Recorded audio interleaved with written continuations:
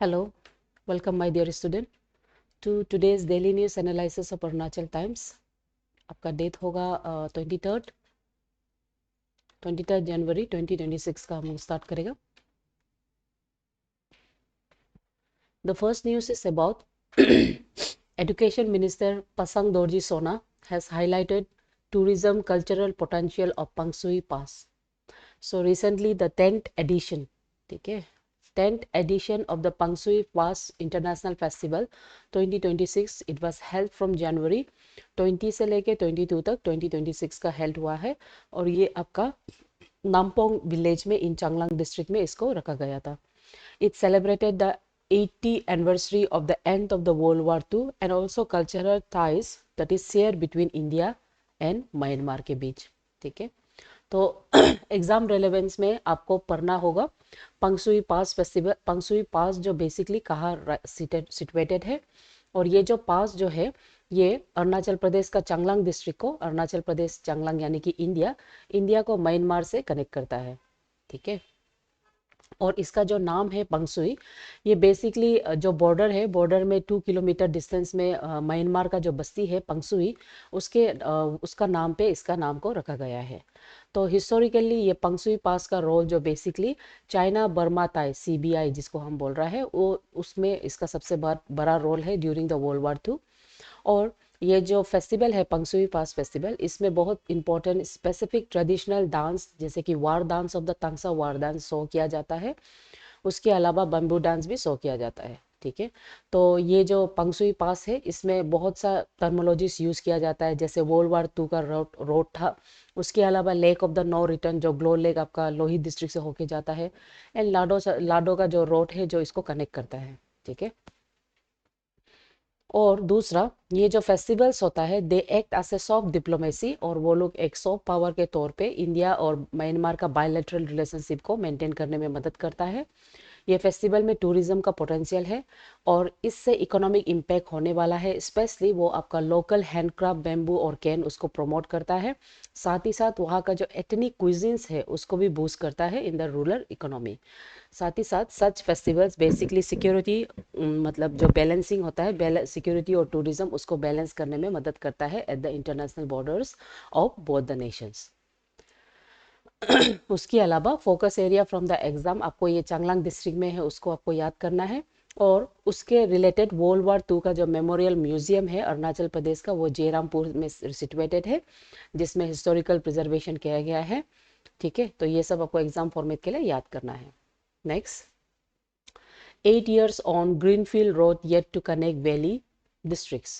So ये जो article basically आपका ongoing Roing Anini greenfield road project जो आपका नेशनल हाईवे 313 के अंदर में आता है covering A distance of 74 kilometre. ये 8 years कंप्लीट हुआ है फिर भी अभी तक इनकम्प्लीट है. वो बेसिकली ऐसा रास्ता था जो all weather connectivity for the bypassing treacherous Mayodia pass के लिए बनाया गया था. सो ये प्रोजेक्ट बहुत सा डिले और बहुत पब्लिक स्क्रूटिनिटी दिखाई दे रहा है और साथ ही साथ इसका जो वर्क क्वालिटी है उसका जो मतलब डीवैल्यू जो मतलब डिटोरेटिंग जो कंडीशन है वो भी मार्क किया जा रहा है. सो इट इज़ नेसेसरी कि ये 8 years के अंदर में ये प्रोजेक्ट अभी तक एक बहुत स्टैंडर्ड लेवल में पहुंच जाना चाहिए था. फिर भी अभी तक ये प्रोजेक्ट बहुत डिले है और ये एक बहुत बड़ा कंसर्न राइज कर रहा है. तो जोग्राफिकली ये रूट जो आपका लोअर दिबांग वैली जो रोइंग में है और अनिनी जो दिबांग वैली में है उसको कनेक्ट करता है. और ये बाईपास होता है आपका स्नो प्रोन एरिया मायोडिया पास जो कि एक टूरिस्ट स्पॉट होता है. और इसका कंस्ट्रक्शन ये आपका NHIDCL under the engineer proceeding and construction model के अंदर में किया जा रहा है. और ये बहुत इंपॉर्टेंट है अरुणाचल प्रदेश का Arunachal frontier highway and India China जो बॉर्डर लॉजिस्टिक उसके अंदर में आता है. तो ये जो economic lifeline for the Dibang multipurpose project ये बनता है ये जो रास्ता जो उसके अलावा टूरिज्म को भी ये हाईलाइट करता है. और इसमें इसका बेसिक की चैलेंजेस इसका हाई एल्टीट्यूड टेराइन है एंड हैवी मक डंपिंग वो भी बहुत कंसर्न है एज वेल एज लैंडस्लाइड. ये सब दीज आर नेचुरल मतलब उसका जोग्राफिकल कंसर्न है जिसकी वजह से इसका प्रोजेक्ट जो और भी डिले हो रहा है. ठीक है, और इसका इंफ्रास्ट्रक्चर का development it is basically part of special accelerated road development programme for the north east.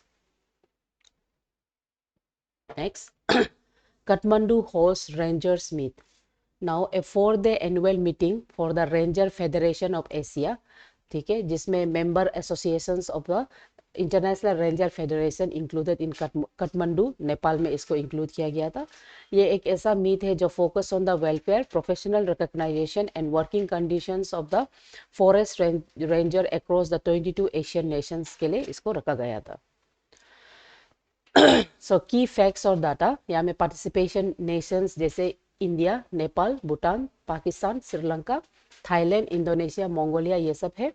और यहाँ पे जो लीडरशिप, ये आपका बंटी ताओ वो इज फ्रॉम अरुणाचल प्रदेश, और ऑल्सो वो जो first elected president of the ranger federation of the Asia रहेगा। और इंडिया, इसमें इंडियन रिप्रेजेंटेशन देखने को मिल रहा है, 4-member team including Arunachal Pradesh, Kerala, Madhya Pradesh and Gujarat. Remember, Indian representation in ranger federation, international ranger federation में 4 स्टेट है, अरुणाचल तो है ही है, केरला, मध्य प्रदेश एंड गुजरात। इसको एग्जाम के लिए याद रखो, ठीक है। और ये फेडरेशन आपका 1992 में इसका फॉर्मेशन हुआ था, ठीक है। तो एग्जाम में इसका जो लीडर है वो अरुणाचल प्रदेश से, उसको याद रखो, बंटी ताओ, जो अरुणाचल प्रदेश का आरएफओ कमलांग टाइगर रिजर्व का आरएफओ है। उसके बाद ये मीट जो अभी फिलहाल काठमांडू में हेल्ड किया गया है, उसको भी याद रखिए। तो कमलांग टाइगर रिजर्व के बारे में अगर मालूम है, यानी कि इसका जो रेंजर ऑफिसर वो अभी लीडर है, उसको प्रेसिडेंट अपॉइंट किया गया था। तो कमलांग टाइगर रिजर्व ये लोहित डिस्ट्रिक्ट में रिसाइड होता है, and this is India 5th tiger reserve. ये इसका सामने में आपका नामदफा एंड लांग रिवर, ये दोनों साइड में रहता है, उसका एग्जेशन में, नेबर्स में। और इसमें हाईएस्ट पीक है वो है देपाबाम, जो हाईएस्ट पीक है। और उसके अलावा कमलांग जो टाइगर रिजर्व है, इसमें सेक्रेड ग्लो लेक भी है, जो कि लोहित डिस्ट्रिक्ट में पड़ता है, ठीक है। नेक्स्ट, यहाँ पे रेंजर का रोल क्या होता है। Ranger roles basically it is defined as the first respondent to disaster and also the last line of defence for the biodiversity, ठीक है। नेक्स्ट, सरकार आपके द्वार 2.0 कैंपेन ऑर्गेनाइज। पापुमपारे डिस्ट्रिक्ट में सरकार आपके द्वार 2.0 का कैंपेन तोरू में इसको मतलब ऑर्गेनाइज किया गया था। ये कैंपेन बेसिकली एक immediate door step delivery for various government service and certificates to 891 beneficiaries इसमें दिया गया है, ठीक है। और ये याद रखो, ये जो सरकार आपके द्वार, ये साल में हर एक states of districts of Arunachal Pradesh में दिया गया है। तो ये अभी फिलहाल अरुणाचल प्रदेश का तोरू डिस्ट्रिक्ट पापुमपारे में किया गया है। और सरकार आपके द्वार ये एक गुड गवर्नेंस इनिशिएटिव है, जिसमें डोर स्टेप में delivery of the government service provide किया जाएगा, ठीक है। और अरुणाचल का तोरू डिस्ट्रिक्ट, तोरू ये जो स्टेट मतलब तोरू विलेज में 891 बेनिफिशरीज को इसका सर्टिफिकेट दिया गया है अंडर दिस सरकार आपके द्वार स्कीम के अंदर में। तो मेंस में गवर्नेंस के कंसेप्ट के अंदर में ये क्वेश्चंस को पूछा जाता है, ठीक है। उसके बाद गुड गवर्नेंस के अंदर में next, commercial service of the Guwahati Howrah Vande Bharat sleeper train begins. India का first ever Vande Bharat sleeper train excuse me has been launch. और यहाँ पे ये जो लॉन्ग डिस्टेंस ओवरनाइट ट्रैवल को भी कवर करेगा। और ये सर्विस जो आपका हावड़ा कोलकाता से लेके कामाख्या गुवाहाटी तक इसका सर्विस जो स्टार्ट हो रहा है। और ये सिग्निफिकेंटली आपका जो time travel between the West Bengal and Assam उसको रिड्यूस करने वाला है। Excuse me. तो ये जो कनेक्टिविटी है, remember it will connect Howrah to Kamakhya. और ये आपका north east frontier railway zone के अंदर में आएगा, जिसका मतलब हेडक्वार्टर है, जिसका सेंटर है वो मनीगांव में है। उसके बाद यहाँ पे इलेक्ट्रिकल मल्टीपल यूनिट्स टेक्नोलॉजी को यूज़ किया जा रहा है, और कवच कोलिशन सिस्टम को भी यूज़ किया जा रहा है। और ये बेसिकली जो डिस्टेंस है उसको 3 आवर से रिड्यूस किया जाएगा। और ये एक ऐसा पॉलिसी है जो नॉर्थ ईस्टर्न स्टेट को एक्ट इस पॉलिसी के अंदर में एंड आपका Purvodaya vision of the north east development के अंदर में आ जाता है। तो इंफ्रास्ट्रक्चर में ये रिमेंबर, ये जो कनेक्शन है ये बेसिकली इंडिया जो चिकन नेक कॉरिडोर बोलता है, वो उसके लिए एक बहुत बेहतरीन मीन्स ऑफ ट्रांसपोर्टेशन रहेगा। और उसके अलावा इसका जो मैन्युफैक्चर है ये आपका BEMIL and ICF चेन्नई के अंदर में, मेक इन इंडिया के अंदर में इसको बना रहा है। The republic in the beige shape, ये जो आर्टिकल है, this article was given by Indrajit. ये बेसिकली आपका जो रिपब्लिक यानी कि recent corrosions of the democratic values and imbalance between the executive, legislative and judiciary since the early 90s, उसके बारे में ये बता रहे हैं। ठीक है, तो सिंस द अर्ली 1980s, इसमें वो वर्निंग्स ऑफ द B.Ed अम्बेडकर को वो पुट किया है, जो B.Ed अम्बेडकर बताया गया है, वार्न किया गया है पीपल को इन रिगार्ड्स टू द भक्ति पॉलिटिक्स, है ना, और उसके साथ साथ the necessity of the constitutional morality के बारे में।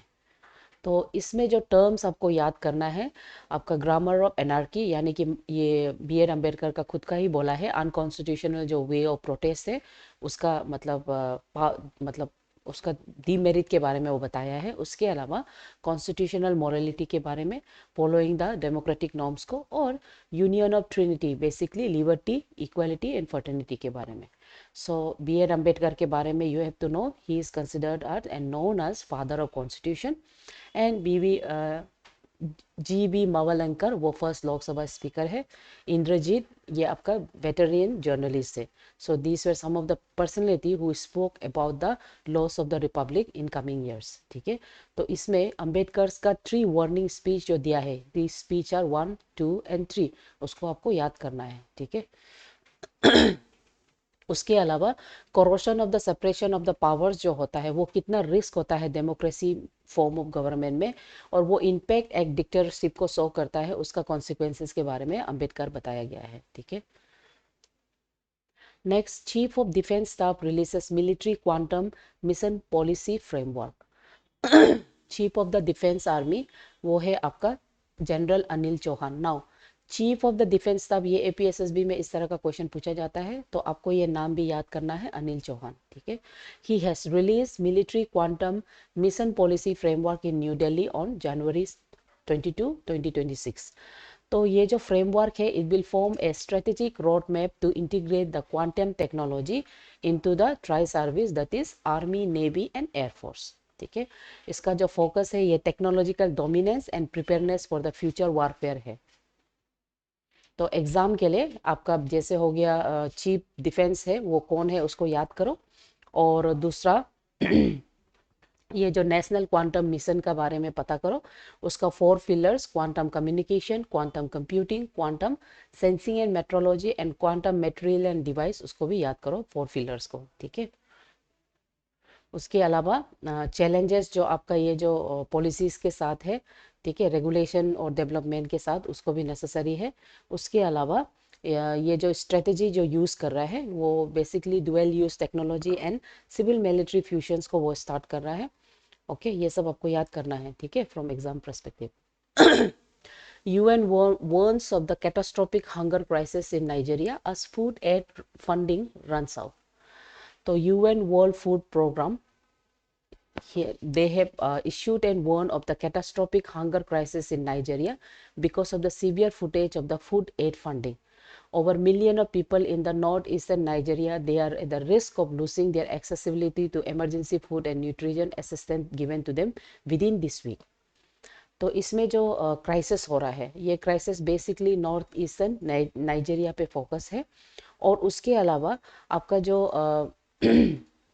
हेडक्वार्टर है, यानी कि आपका वर्ल्ड फूड प्रोग्राम का जो हेडक्वार्टर है, ये एग्जाम में ऑलरेडी APSSB में पूछा गया है, इसका हेडक्वार्टर रोम में है। ठीक है, और ये बेसिकली आपका 2020 का नोबेल पीस प्राइज का रेसिपियन है होगा। और इसका जो funding impact, basically massive scaling down of US aid funding, ये कट डाउन हो गया है, उसके वजह से ये डेफिशिएंसी क्रिएट हो रहा है। ठीक है, तो ये ओके, ये नहीं है। नेक्स्ट, ये Namsai Pangsau power drive begins with high octane climb events. तो नामसाई पंगसुई पावर ड्राइव आपका स्टार्ट हो गया है जनवरी 22 से लेकर 23 में। यहाँ पे high octane competitive events including hill climb, first of it kind in India, and tarmac autocross, ये सब देखने को मिल रहा है। ये aim basically adventurous tourism in Arunachal Pradesh को प्रोमो करने के लिए under the theme daring to push boundaries celebrating culture. ठीक है, तो रिमेंबर हेल गेट ये आपका नोंगपोंग चांगलांग में हो रहा है, वहां से लेके पंगसुई पास तक किया जाएगा at an altitude of 3727 feet. और यहाँ पे आपका जो हिस्टोरिक स्टील वर्ल्ड रोड है उसको ये रोड को थ्रू पास किया जाएगा। ठीक है, ये फेस्टिवल में। और ये जो एक ऐसा वे है जहाँ में इकोनॉमिक डाइवर्सिफिकेशन ऑफ अरुणाचल प्रदेश कर रहा है थ्रू टूरिज्म। और यहाँ पे सिक्योरिटी स्ट्रेटेजिक का कंसेप्ट भी आ जाता है क्योंकि ये इंडो म्यांमार बॉर्डर एरिया में है। और वैसे भी ये पंगसुई पास इंटरनेशनल फेस्टिवल का आगे में है। ठीक है, और उसके बाद हेरिटेज रीब्रांडिंग, यानी कि आपका जो हेल गेट है उसको फिर से gateway of the peace and tourism के अंदर में डाला जा रहा है। ठीक है, उसको याद रखिएगा। Next, Pangsui Pass International Festival, which highlights the historical and cultural significance of India-Myanmar border, is annually held at which of the following locations in Arunachal Pradesh? तो ये अरुणाचल प्रदेश का नामपोंग चांगलांग डिस्ट्रिक्ट में है। उसके बाद who represented India at Ranger Federation of Asia annual general meeting recently held in Kathmandu, Nepal? तो ये है आपका बंटी ताव।